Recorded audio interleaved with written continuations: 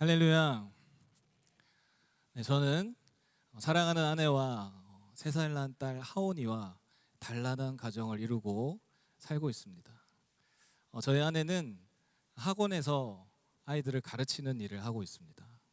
그래서 종종 제가 집에서 요리를 해야 됩니다. 요리를 할 때는 주로 국 위주로 끓입니다. 반찬은 기술이 없어요. 국 위주로 끓이게 되는데 저도 몇 번 해보니까 알게 되었는데 저에게 이 삼계탕을 잘 끓이는 재능이 있더라고요. 정말 맛있습니다. 저도 끓여보고 이렇게 한 입 먹어보니까 기가 막힙니다. 제 딸 하은이가 정말 잘 먹습니다. 증명이 되는 거죠. 그런데 국을 끓일 때마다 늘 나타나는 현상은 늘 끓어 넘친다는 사실입니다. 제가 물 조절, 불 조절을 잘 못해서 그런 건지는 몰라도 항상 넘치더라고요. 권사님들 혹시 그런 팁이 있으시면은 저한테 좀 예배 후에 알려주시면 감사하겠습니다. 어쨌든 그렇게 되면 화구 주변을 닦아야 되니까 얼마나 귀찮습니까? 서둘러 대처를 해보지만 정말로 그 불을 줄이거나 끄지 않으면 속수무책이 돼버리더라고요. 이와 마찬가지로 우리 크리스찬들은 크리스찬으로 살아가지만 종종 우리들에게 들끓는 마음이 생깁니다. 때론 뚝배기에서 펄펄 끓는 국처럼 쉽게 진정이 안 되는 때가 있습니다. 우린 이것을 2글자로 분노라고 이야기합니다. 영국의 철학자 존 노크는 분노를 다음과 같이 이야기합니다. 분노는 자연적인 감정이지만 그 감정을 가지고 옳지 않은 일을 하게 되면 안 된다. 대신에 분노를 이용해 정의를 실현하는 것이 중요하다. 분노는 자연스러운 감정이기 때문에 잘 사용해야 된다는 말입니다. 그러나 우리는 분명히 지난 주일에 찬양도 하고 기도도 하고 예배도 드리고 은혜도 받았다고 하지만 어느 순간 나에게 찾아온 그 분노 앞에서 속수무책일 때가 참 많다는 것이죠. 오늘 본문에서도 다윗은 분노하고 있거든요.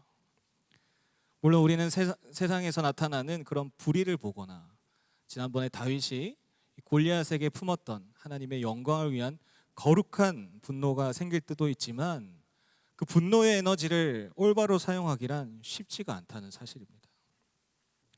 저는 오늘 말씀을 통해서 우리에게 생기는 그런 분노의 에너지를 어떻게 잘 사용할지를 함께 생각해 보면 좋을 것 같습니다.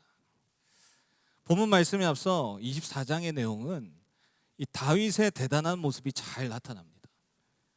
자신을 죽이려고 계속 쫓아오는 그 사울을 죽일 수 있음에도 그저 옷자락만 대고 살려줍니다. 이 사건을 통해서 정말 다윗은 자신의 복수를 위한 그 어떤 방법도 아닌 하나님께 맡기며 하나님의 방법으로 일을 해결하겠다는 그 중심을 우리는 배울 수가 있었습니다. 그러나 그런 가운데 사울도 그런 다윗에게 앞으로 네가 왕이 될 것이라 그런 인정하는 모습도 나타난다는 것이죠. 그런 오늘 본문이 있는 25장의 말씀은 이전의 다윗의 모습과는 전혀 다른 모습들이 나타난다는 것이죠. 내용을 보면 먼저 본문 25장 1절은 사무엘의 죽음으로 시작합니다. 사무엘은 이스라엘의 영적 지도자죠. 굉장히 중요한 역할을 감당했던 사람입니다. 사사시대의 끝자락에서 왕정시대를 연 역사의 새로운 페이지를 열어간 아주 중요한 위치에 있었던 사람이죠. 이런 사무엘의 죽음은 다윗에게도 큰 슬픔이었을 것입니다. 그래서 도망자의 신세였지만 다윗은 그 사무엘의 장례식에 참여하게 됩니다. 그리고 나서 유다 지파가 다스린 십광야의 마온으로 이동을 하게 됩니다. 600명이 넘는 부하들과 함께 이동을 하고 있는 것입니다. 도착했을 때 이 다윗에게는 아주 좋은 소식이 들려옵니다. 나발이라는 아주 큰 부자가 양털을 깎는다는 소식이었어요. 이 나발이라는 사람이 양털을 깎는 일이 왜 다윗에게 기쁜 소식이었을까요? 당시 유목민 문화에서는 양털을 깎는 날은 축제의 날이었습니다. 그 털을 깎아서 그 털로 여러 가지 일들을 할 수 있기 때문에 추수의 때와 같은 날인 거죠. 그래서 그냥 지나치는 것이 아니라 지나가는 나그네, 개, 거지 할 것 없이 모두를 초대해서 이렇게 함께 축제를 벌이는 그런 날입니다. 그런데 지금 다윗의 모습은 어떻습니까? 도망자의 신세이지 않습니까? 배고픈 신세입니다. 그러다 보니 600명이 넘는 부하들을 먹여야 하는데 부담이 있었을 것이고, 또 먹을 수 있는 기회가 불확실했기 때문에 아주 좋은 기회가 된 것이죠. 뿐만 아니라 이 라발이라는 사람은 2절 말씀과 같이 어떤 사람이냐면 양이 3,000마리에 염소 1,000마리나 되는 당시에 심히 큰 부자였기 때문에 600명분이나 되는 식량을 요청받았을 때 사실 큰 부담을 느끼지 않아도 되는 정도의 재력인 것이죠. 다윗도 그 사실을 소문으로 들었기 때문에 부담 없이 요청할 수 있는 상황이었습니다. 이제 다윗은 600명분이 넘는 식량을 확보하기 위해 소년 10명을 보내어 다음과 같이 식량을 요청합니다. 우리 5절부터 8절까지 같이 읽어볼까요? 5절부터 8절까지. 다윗이 이에 소년 10명을 보내며 그 소년들에게 이르되 너희는 갈멜로 올라가 나발에게 이르러 내 이름으로 그에게 문안하고 그 부하게 사는 자에게 이르기를 너는 평강하라. 내 집도 평강하라. 내 소유의 모든 것도 평강하라. 내게 양털 깎는 자들이 있다함을 이제 내가 들었노라. 내 목자들이 우리와 함께 있었으나 우리가 그들을 해하지 아니하였고 그들이 갈멜에 있는 동안에 그들의 것을 하나도 잃지 아니하였나니 내 소년들에게 물으면 그들이 내게 말하리라. 그런즉 내 소년들이 내게 은혜를 얻게 하라. 우리가 좋은 날에 왔은즉 내 손에 있는 대로 내 종들과 내 아들 다윗에게 주기를 원하노라 하더라. 문안 인사를 하고 평강을 선포합니다. 그리고 그동안에 당신의 목자들이 우리와 함께 있을 때 우리가 그들을 해치지도 않고 빼앗지도 않았으니까 식량을 달라고 요청을 하는 것이었죠. 그런데 나발은 다윗의 요청을 거절한다는 것입니다. 거절뿐만 아니라 오히려 조롱하고 창피를 주고 있습니다. 10절 11절 한번 같이 읽어볼까요? 나발이 다윗의 사한들에게 대답하여 이르되 다윗은 누구며 이새의 아들은 누구냐? 요즘에는 각기 주인에게서 억지로 떠나는 종이 많도다. 내가 어찌 내 떡과 물과 내 양털 깎는 자를 위하여 잡은 고기를 가져다가 어디서 왔는지도 알지 못하는 자들에게 주었노라 한지라.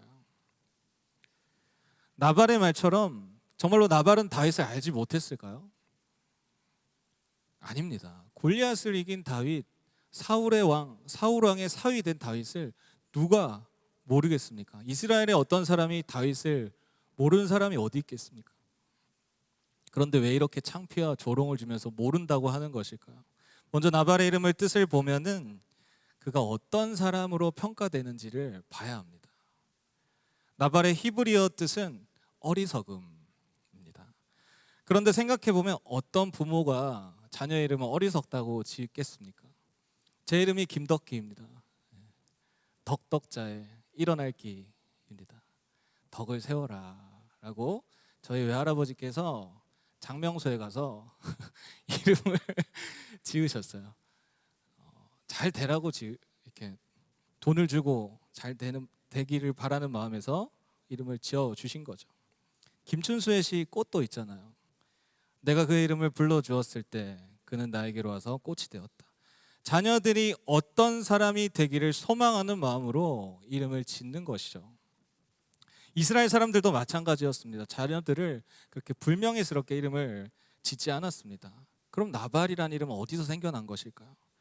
장신대 강사문 교수님은 나발에 대해서 다음과 같이 말씀하셨습니다. 아마도 나발은 그의 실제 이름이 아니라 그의 성격을 표시하는 무지나 경멸을 상징하는 별명으로 간주되어진다. 진짜 이름이라기보다는 그를 경멸하며 별명이 붙여진 것이라고 생각할 수 있습니다. 또한 킹 제임스 버전에서는 단순히 부자가 아니라 위대한 사람, 제네바 성경에서는 매우 유력한 사람으로 번역된 것을 보면 이 나발이라는 사람이 그냥 그저 어리석은 사람으로 쉽게 판단할 수는 없는 것이죠. 그런 나발은 정말 어떤 사람인가요? 사람들 앞에서는 사실은 칭찬받고 유력하고 위대하다라는 소리를 들었지만 뒤에서는 나발 아유, 어리석은 자, 이런 식으로 불리는 불행한 인생을 살아가는 사람이었다는 것이죠. 돈이 많고 힘이 있으니까 사람들이 그 앞에서 나발이라고 이야기를 할 수 있겠습니까? 못하는 거죠. 뒤에서 사람들이 있는 그대로 느끼고 평가하는 대로 나발을 불렀던 것입니다. 나발, 저 사람은 나발이야. 여러분들, 우리의 인생이 정말 뒤에서 나발이라고 불리는 인생이 되지 않기를 바랍니다. 예수님을 따라 살면서 앞에서는 손해도 보고 부족한 사람으로 여겨지더라도 정말 뒤에서는 그 예수님을 우리를 통해서 느끼며 정말로 위대한 사람, 유력한 사람, 그런 칭찬받는 사람 되시기를 소망합니다. 어쨌든 나발은 나발이라 불린다는 것이죠. 왜 그렇죠? 다윗은 기름 부음 받은 자입니다. 골리앗을 이긴 용감한 사람이에요. 백성들이 노래로 평가하듯이 사울이 죽인 자는 천천히요, 다윗이 죽인 자는 만만이로다 하는 국민 영웅이에요. 하지만 현재 사울의 질투를 받아서 도망자의 신세인 것 뿐이죠. 무슨 죄를 지어서 도망하는 것도 아니었습니다. 잠시 잠깐의 그 고난의 순간, 다윗이 가장 예민하고 가장 힘든 시기에 쓸데없는 말로 이 다윗의 심기를 건드리고 있는 것이죠. 우린 나중에 이 다윗이 이스라엘의 위대한 왕이 되는 것을 보잖아요. 나발의 좁은 안목과 어리석은 생각과 판단이었던 것이죠. 결국 다윗은 그러한 나발의 말을 전해 듣고는 굉장히 분노를 합니다. 그리고 13절과 같이 반응하는 모습을 보이는데요. 우리 13절 함께 읽어볼까요? 13절. 다윗이 자기 사람들에게 이르되 너희는 각기 칼을 차라 하니 각기 칼을 차매 다윗도 자기 칼을 차고 400명 가량은 데리고 올라가고 200명은 소유물 곁에 있게 하니라. 200명은 자신들의 소유물을 지키게 하고 400명은 칼을 채워서 나발을 치러 가자고 합니다. 불같이 화를 내면서 피해 복수를 결단하고 출정 명령을 내리고 있는 것입니다. 24장에서는 자신을 죽이려고 하는 그 사울을 보면서도 정말 하나님을 향한 그 중심을 놓지 않았던 다윗인데 굉장한 인내를 보여준 다윗과는 전혀 다른 모습을 보인다는 것이죠. 들끓는 마음으로 분노합니다.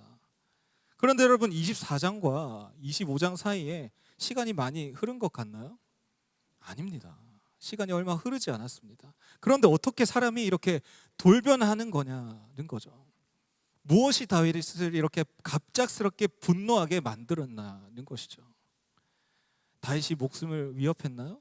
뭐 재산을 빼앗았나요? 부하들에게 협박하거나 잡아갔나요? 사울왕에게 고발했나요? 그런 것도 아니잖아요. 이 다윗이 분노가 일어난 원인이 되는 것을 보면 아주 사소한 것에서부터 시작되는 것을 우리는 볼 수 있습니다. 심리학자 베이컨은 이야기합니다. 분노는 자신의 기대에 어긋난 작은 사소한 일에서 시작된다. 다윗을 향한 무시와 모욕, 어떻게 보면 사소하게 그냥 넘길 수 있는 그런 일들 가운데에서 다윗은 커다란 들끓는 마음으로 분노를 하고 있다는 것입니다. 분노 전문가 로라 모스는 이렇게 이야기합니다. 원시 시대에 일어나는 대부분의 분노는 생존의 도구이자 자신을 보호하기 위함이었다. 즉 신체와 생명을 보호하기 위함이었다면 현대 사회는 신체보다는 감정적인 것 때문에 분노가 발생한다. 다윗은 전자입니까? 후자입니까? 후자죠. 감정적인 것 때문에 분노가 일어난 것입니다. 이것은 결코 생명을 위협을 느낄 필요가 없는 그런 일로 그칠 일이었지만 다윗은 나발과 잘못 없는 집안 사람들까지 해치우려는 분노가 다윗의 마음속에서 생겨나고 행동까지 이어진 것이죠. 생명을 위협하는 분노로 이어난 것입니다. 그렇다면 24장에서 중심을 지키며 분노하지 않았던 다윗과 25장의 모습은 무슨 차이가 있는 것인가요? 그것은 바로 누가 심판자냐는 것입니다. 24장에서 다윗은 하나님께 기름 부음 받은 자 사울이기 때문에 그를 자신의 방법과 뜻대로 심판하는 것은 아니라고 판단했습니다. 하나님의 손에 맡겼던 것이죠. 그러나 25장에서 다윗은 어떻습니까? 바뀌었습니다. 13절과 같이 부하들에게 칼을 채우고 심지어 자신도 칼을 차고 나아가고 있습니다. 지금 심판자가 누구입니까? 하나님입니까? 자기 자신입니까? 심판자가 하나님이 아니라 자기 자신으로 바뀌었다는 것입니다. 자신이 심판자가 되어서 분노가 절제가 안 되고 있는 상황입니다. 그러한 가운데 이 나발의 아내 아비가일이 등장을 하게 되죠. 이 여인은 굉장한 역할을 하게 됩니다. 그녀는 다윗에게 또 유순한 말을 통해서 이 다윗의 불같은 분노를 사그라뜨립니다. 잠언 15장 1절 말씀, 유순한 대답은 분노를 쉬게 하여도 과격한 말은 노를 격동하느니라. 우리는 이것을 통해서 분노 앞에서 분노로 대응하는 것이 아니라 유순한 말로 대응하는 것이 가장 지혜로운 일임을 기억해야 합니다. 또한 종종 나타나는 분노의 상황 가운데 주변에 그런 아빌과일과 같은 사람들이 있기를 소망합니다. 그리고 사실 가장 지혜롭고 유순한 말은 무엇이겠습니까? 사람의 그 어떤 말보다 하나님의 말씀이겠죠. 우리는 사실을 분명하게 기억해야 합니다. 우리는 삶 속에서 분노합니다. 이것은 자연스러운 감정이자 에너지입니다. 그래서 잘 사용하면 좋지만 잘못 사용하는 경우가 많다는 것이죠. 특별히 현대 사회에서 나타나는 감정적인 것들로 인한 분노가 나 자신에게도 참 많은 것 같습니다. 오늘 다윗처럼요. 그리고 보면 대부분의 원인은 크고 막 사람들이 웅성웅성 될 정도로 그런 큰 일들이 아니라 아주 사소한 일들로 시작되는 경우가 많다는 것이죠.